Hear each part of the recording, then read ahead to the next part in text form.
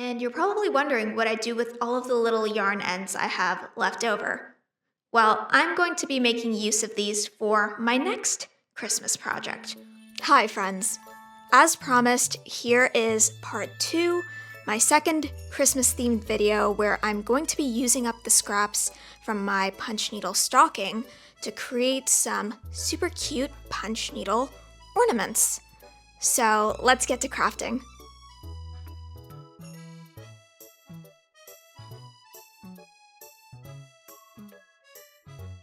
Normally, I plan out everything I make at least a little bit, but for these ornaments, I want to just try out a whole bunch of different things. So, no planning, no nothing. We shall creatively vomit right onto our monk's cloth.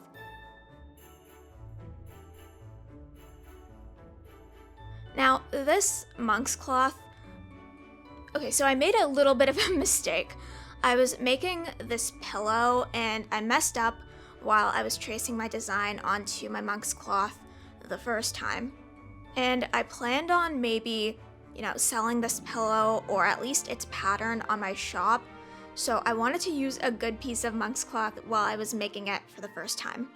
Hence, we have this. And I'm gonna fill up this piece of fabric with a whole bunch of ornaments.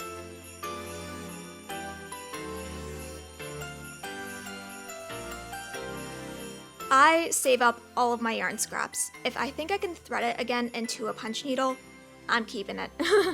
This has resulted in a big Ziploc bag of yarn that wouldn't be enough for a bigger project, but is perfect for things like this.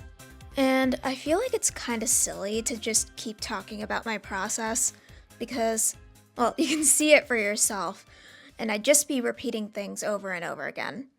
So instead of doing that, I might as well use this time to share some of my reflections on this year and the content I've made. I am really proud of the videos I put out this year. In one way, my videos are kind of just a vessel to showcase my main content, the punch needle stuff, to an audience, but in another way, I consider my videos to be art pieces in and of themselves. The fast-paced, choppy editing of a lot of popular YouTube channels doesn't really fit my channel, and I'm more into intentional themed editing. I love picking out the most obscure video game soundtracks for my background music. I played a lot of games growing up, so this is just me incorporating another thing I like into my work.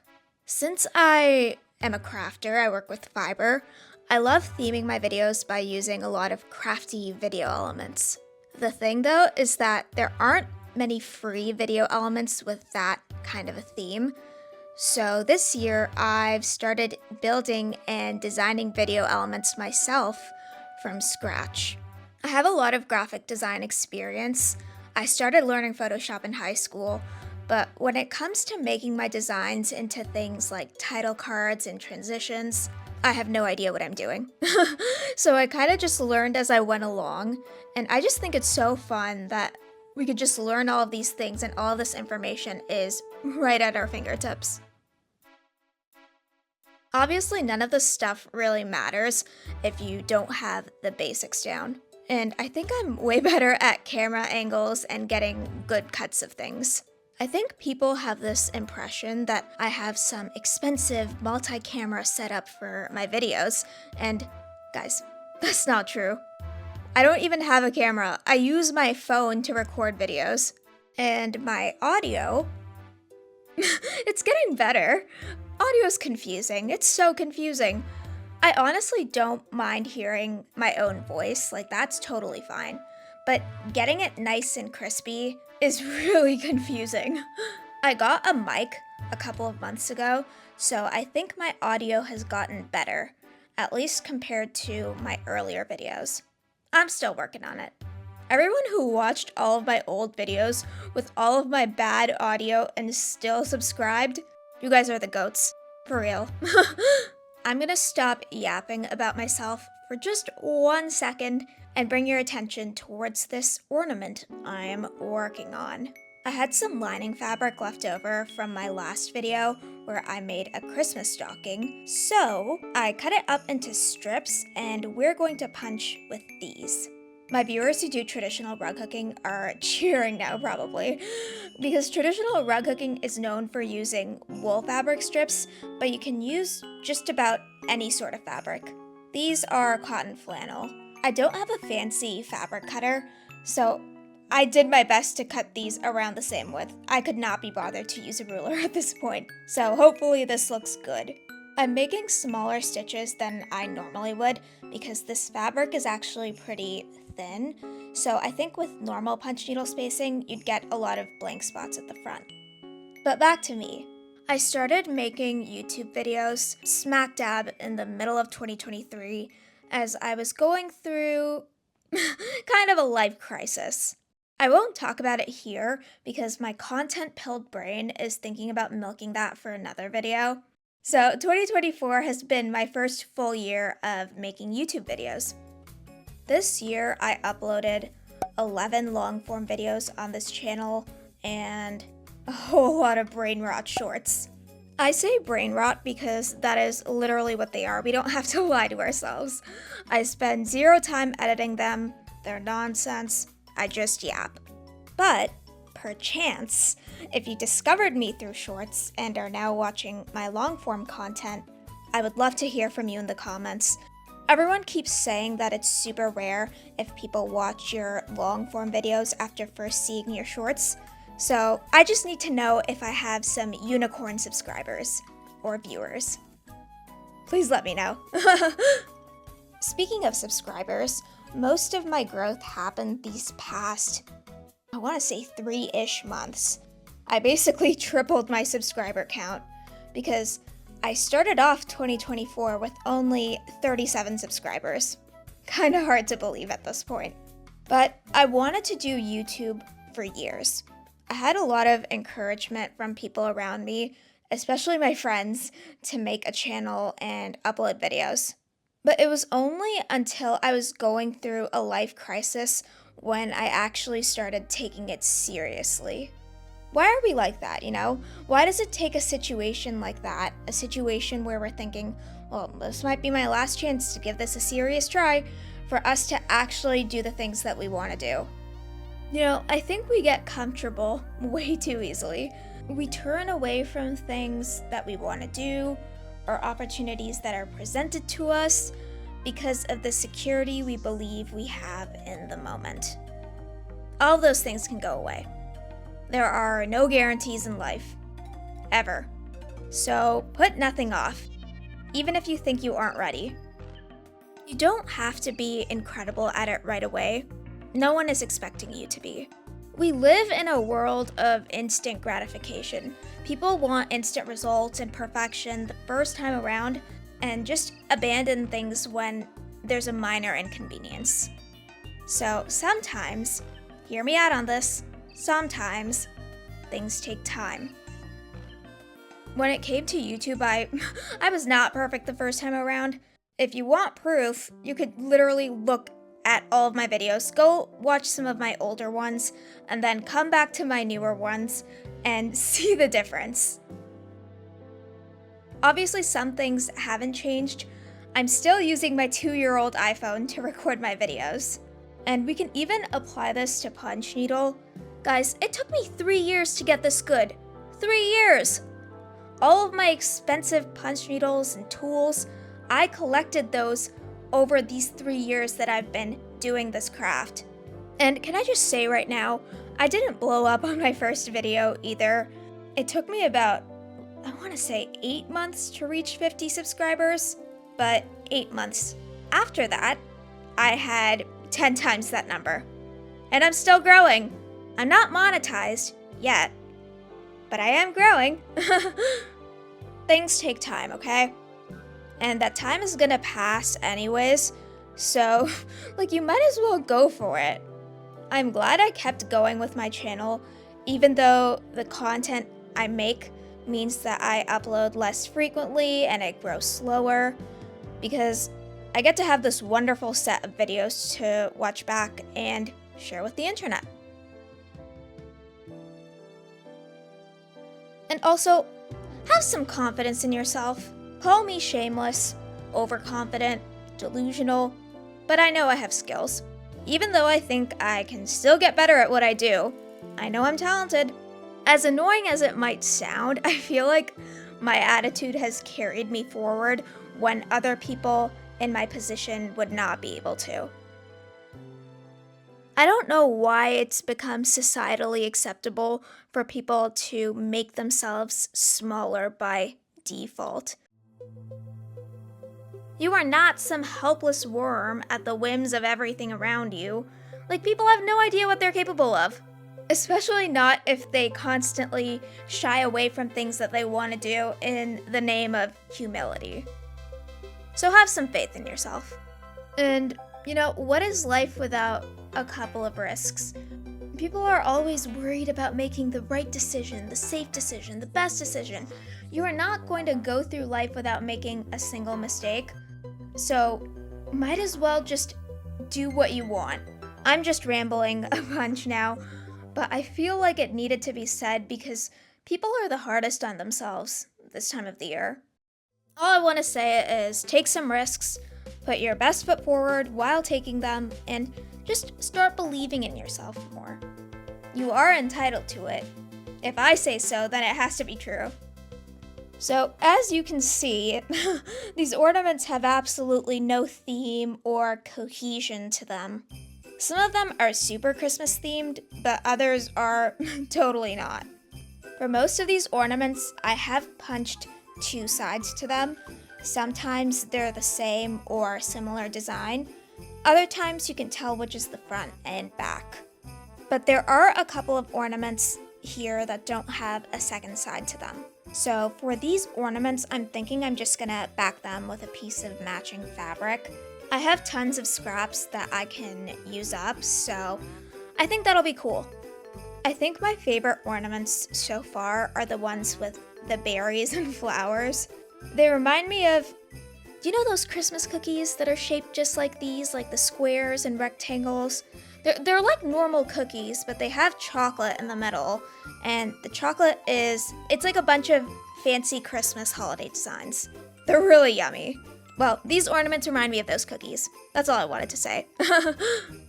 Now, while 2024 was my first full year of making YouTube videos, it was also a year of firsts in general for me. I dyed my hair for the first time. I saw a solar eclipse for the first time. I went on multiple fully solo trips for the first time. I went to a monastery for the first time. And yes, it kind of made me want to be a monk for a while after. I also dove into the traditional art world for the first time. I don't have an art degree. Until I did my Oxford punch needle certification, I never had any formal art education. My bachelor's degree is in a completely different subject. Now, punch needle rug hooking is not taught at any art university or college, but it is a textile art, and textile has a place in the traditional art world. So it made sense for me to just do a bit of learning and exploring. And I learned from my experience that carving my own creative path is the route I'd like to take. I learned a lot of really good things from watching webinars, doing workshops, networking with people in the space. But I'm not gonna lie to you, it sometimes just felt so inauthentic. I felt like my work had to fit a specific stereotype just because of who I am. The more I learned, the sillier I thought it was. Like, what gives someone the right to put a cap and limitation on creative expression? I'd love to do some craft markets or fairs, or you know what, like a cute little solo exhibition with all of my stuff. That'd be cool to do. And then everyone can come and we can hang out. That'd be awesome. But all of the hoops involved with the traditional art scene, I think I'm gonna pass for now. Because I don't think I need a BFA and MFA and gallery representation to make an awesome rug, or for someone to commission one from me. Now, to finish up these ornaments, I'm just gonna whip stitch all of them. I like whip stitching, it's really fun, and plus it helps me use up more yarn scraps. So that's what I'm doing. Now, something really weird happened while I was whip stitching, and I still haven't figured it out. So I was using two different needles for whip stitching, and when I was grabbing this thinner one, the thicker needle just disappeared. Like, I have no idea where it went. I turned my room upside down to find it, and I still couldn't find it. I think it disappeared into the void or the shadow realm. Who knows? All I can say is that whip stitching is fun. And after whip stitching, I'm also able to add some fun little embellishments like bells to my ornaments. I think, if anything, I've been doing a lot of self-reflection on who I am as a creator and the type of work I'd like to do. At this point, I've kind of accepted that I've made a name for myself in the punch needle space, but honestly, I really want to just broaden myself and do some other crafts on this channel as well.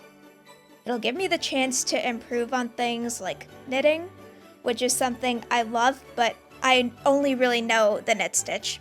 That's it. And also try new things like spinning my own yarn. I'd also just love to make a variety of other content, like even just things that aren't art or craft related, but maybe that's stuff for a second channel. I've also been thinking about what I'd like to sell in my shop. I've had a couple of listings of my finished work up this year, but I ended up taking them down because I thought my work wasn't good enough, and I think I need more confidence in myself in terms of this, because I know for a fact that there are people who sell punch needle things whose work kinda sucks, and they still make sales. I just want to differentiate myself and stay rooted in the foundations of what punch needle is. You know, quality craftsmanship, natural fibers, sustainability, and no mug rugs or car coasters, ever. Okay, the last one is more of a personal thing I don't like, but I'm still not doing it. In that same vein, I've been going back and forth with kits and patterns. Like, do I want to sell my punch needle kits and patterns? Which of my patterns am I willing to give up? What kinds of kits would people even want? Or even, would I want to open an in-person class and teach people with pre-made kits? How do I do that without doing a face reveal? These are the thoughts that are zooming through my ADHD brain. And when it comes down to it, I know I don't have to have everything figured out. I can take things step by step, and by doing that, decide what I don't like and what I do like. Honestly, since I have you here, and since YouTube is my largest audience, share your thoughts. I'd love to hear them. If you'd like to see some patterns for sale from me, or some finished works, or both, let me know. And here are some of my finished ornaments hanging up on my Christmas tree. Aren't they cute? I love these. These are awesome.